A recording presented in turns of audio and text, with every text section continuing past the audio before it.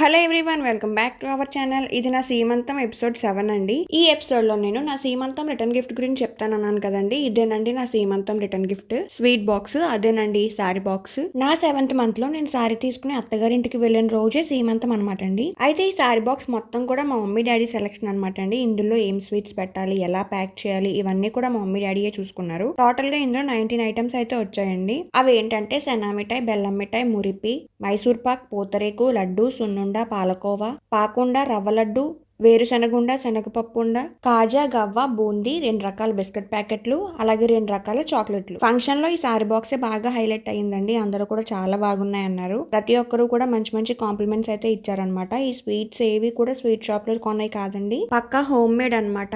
అయితే ఇందులో స్వీట్స్ కూడా మన ఇష్టం అండి. 19 ఐటమ్స్ పెట్టాలని రూల్ ఏం లేదు. 11 ఐటమ్స్ నుంచి స్టార్ట్ చేసుకుని ఎన్నైనా పెట్టుకోవచ్చు అంట. సో ఇదండి నా సీమంతం sorry story. Stay tuned for next episode.